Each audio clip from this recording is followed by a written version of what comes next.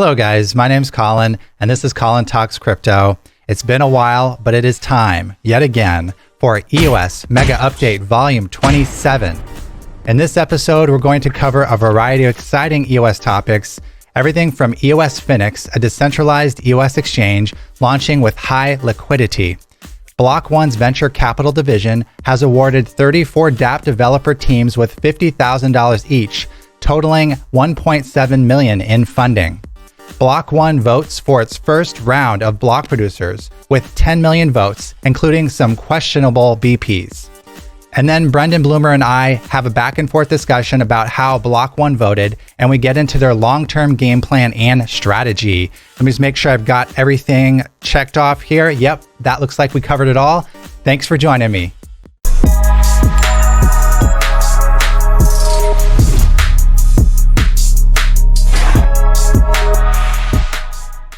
Bitfinex is one of the larger exchanges out there, and they have been working on EOSFinex, a decentralized version of their exchange platform. Typically, a decentralized exchange has the one downfall of reduced volume and liquidity. And I don't think that's always going to be the case. I think that decentralized exchanges are on the up and on the rise, but it could take a number of years before they truly catch on in a mainstream way. Could be 5 or 10 years for all we know. But the one thing we've just heard about EOSFinex, which is pretty awesome, is they're essentially linking the liquidity from their centralized Bitfinex exchange with their non-custodial decentralized exchange. So you're getting the benefit of the liquidity from the centralized exchange from Bitfinex on the decentralized EOSFinex exchange. Coming soon, I think, within a month or two.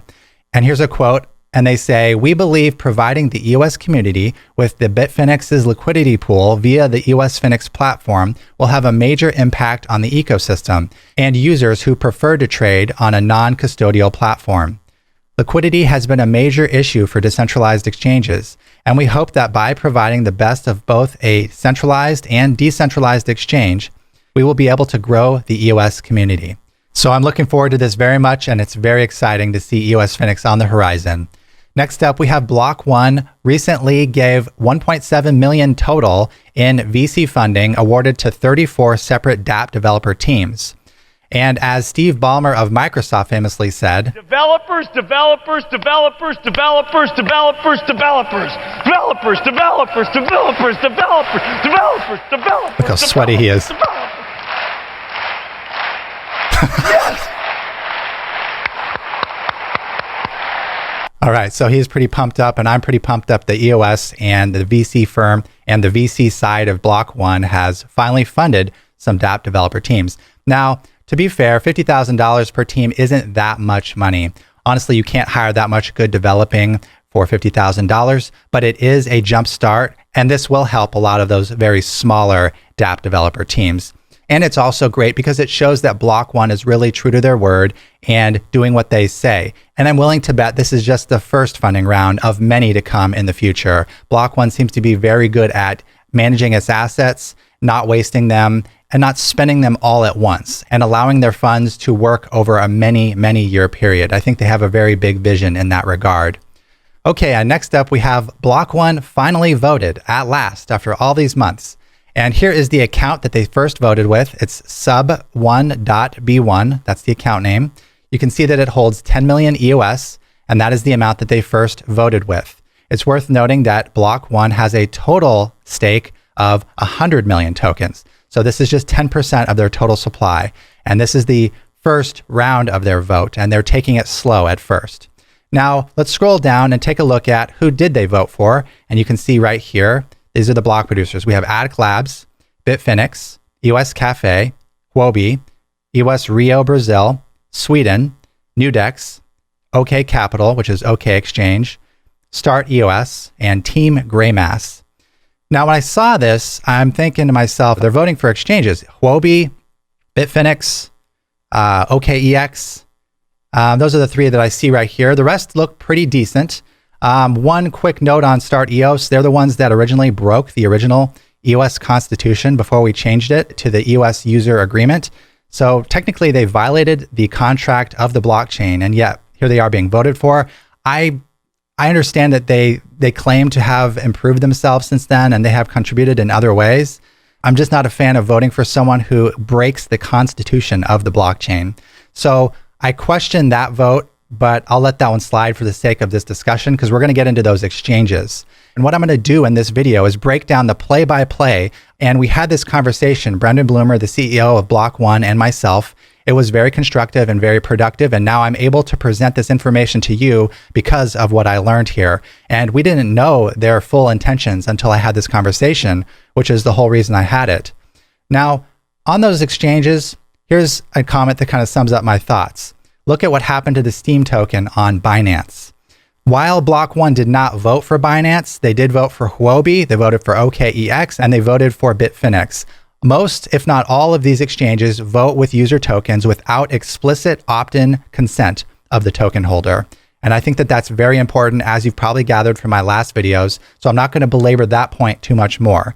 But I do feel that explicit opt-in consent is critical for a DPoS system to function properly, with the vote weight being from those who have the value invested in the tokens, not from a third-party exchange that did not put the value into those tokens, but merely votes with the full weight of them. And just to give you an example of why I personally feel it is dangerous to have these exchanges in a high-ranking position as a block producer, here is a paragraph from this article, and it says, leading exchanges Binance, Huobi, and Poloniex came under fire for mobilizing customer deposits to vote in what has been described as a hostile takeover of popular blockchain Steam. So if Binance and Huobi, which is a block producer, actually which are both block producers on EOS, are willing to take over an entire blockchain, what's to say that they're benevolent actors on EOS? I don't see the proof here. I don't see the track record. And that to me is a very dangerous precedent to allow an exchange that has control of user funds to take over an entire blockchain.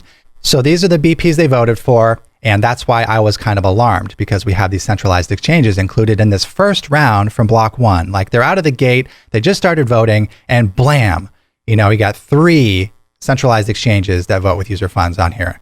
Now, when I saw these votes, it immediately struck into my mind a conversation I had had with Brendan about a month earlier. And we were talking about voting with or without consent. And I was again talking about how I don't like how exchanges vote without user consent, but yet get the full weight of their token power. And Brendan's reply was very good. It was, if the voting is done without consent, I am against it. As we prepare to vote, this will be non-negotiable criteria. And so the alarm bells were going off in my head saying, well, you just said it was non-negotiable, and yet here you are, and you just voted for them.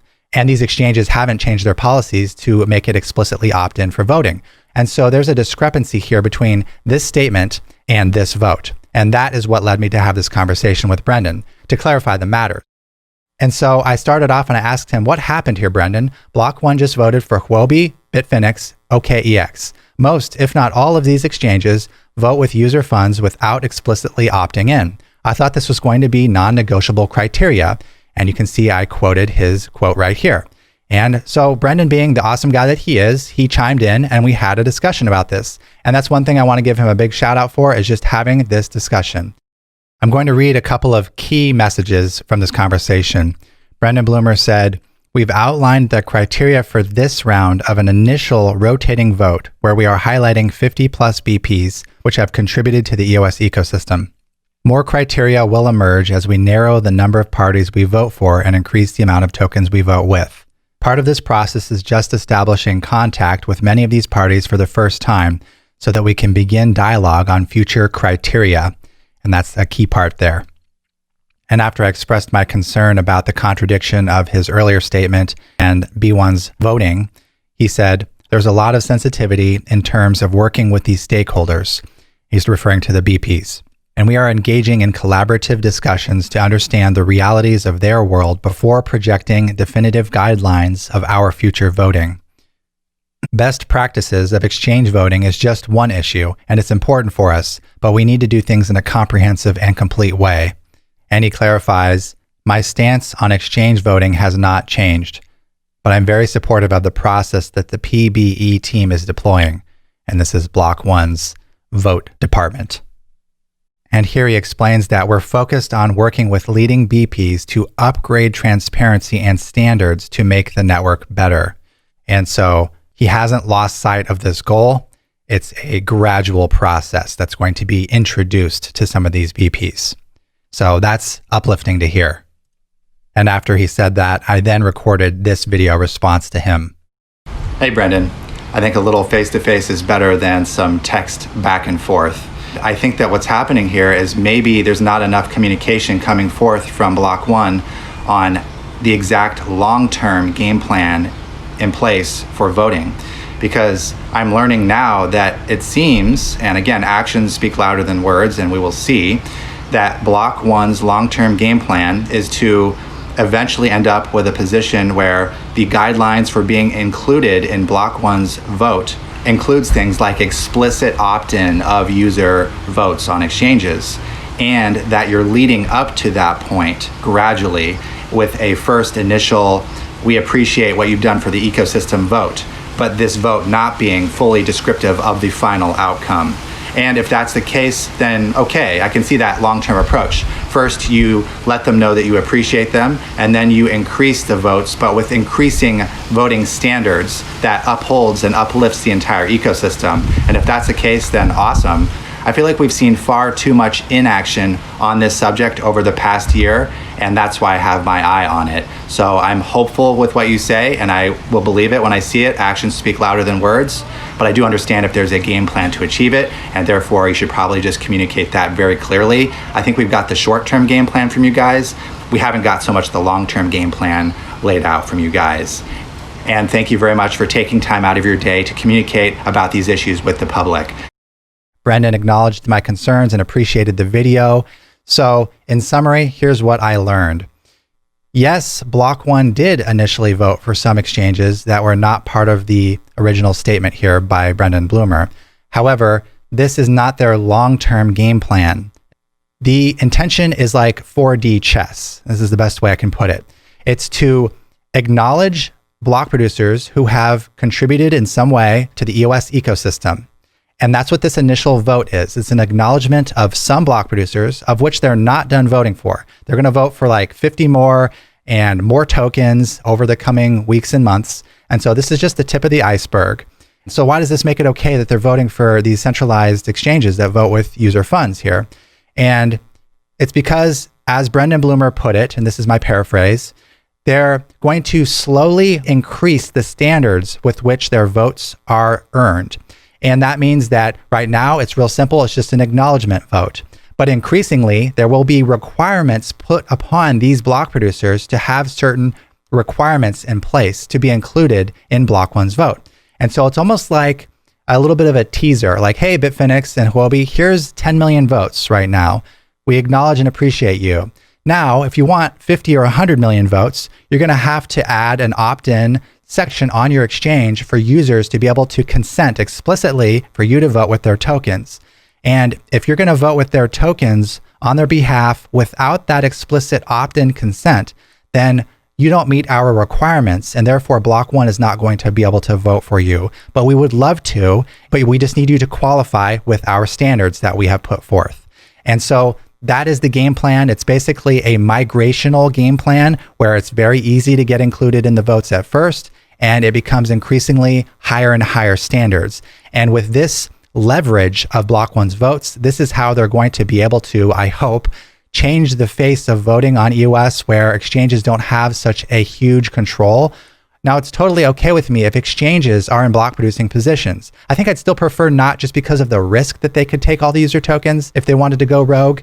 But as long as those exchanges require permission from the user, from the token holder, before any voting gets done with those tokens, then it's a lot better picture, because then you have suddenly a changed game where tens of millions of votes on these exchanges will not be voted for by the exchange instead of the user voting with those tokens. Now, it's going to be a carrot game, really. What's the biggest carrot here? If block.one's vote carrot is bigger than the number of tokens on their exchange, I think that block.one might win and might convince these exchanges to add a voting portal on their exchanges. But to play devil's advocate, if the number of tokens on these exchanges exceeds the amount of votes that block.one can give them, and these exchanges could just vote for themselves anyways, they might choose to do that instead. So it's going to kind of be a carrot race, like which carrot can be the biggest. And we can only hope that block.one's carrot of the number of tokens they're going to give these block producers is enough to convince these centralized exchanges to change their ways and to require users to opt in before these exchanges vote with their tokens. And so there's a potential here for a changed game on EOS. I hope that we do see it. I don't feel it's a guarantee because if we take a look at the difference in ranks and number of votes here, see how the top first place BP has 322 million votes. So let's go down to, I don't know, like here, let's go down to rank here, 31. It's just 10 points outside of the top 21 block producers. We have Jenner EOS at rank 31 with 128 million. Now, if Jenner EOS got all 100 million of block.one's votes, that would give them 228 million. So where would that rank them? That would put them right here at rank 23 or 24. That still doesn't put them in a block producing spot. So block.one's reach only goes so far. And of course, they did that on purpose. They don't want to be a majority influencer on a decentralized blockchain. And I understand that. So we just have to hope that they can leverage their carrot, their vote carrot, enough to change the operating procedure for Huobi, Bitfinex, OKEX, and some of these other centralized exchanges so that they allow opt-in voting only. And hopefully the net result of all of this will be good BPs being pushed up and bad BPs dropping in rank.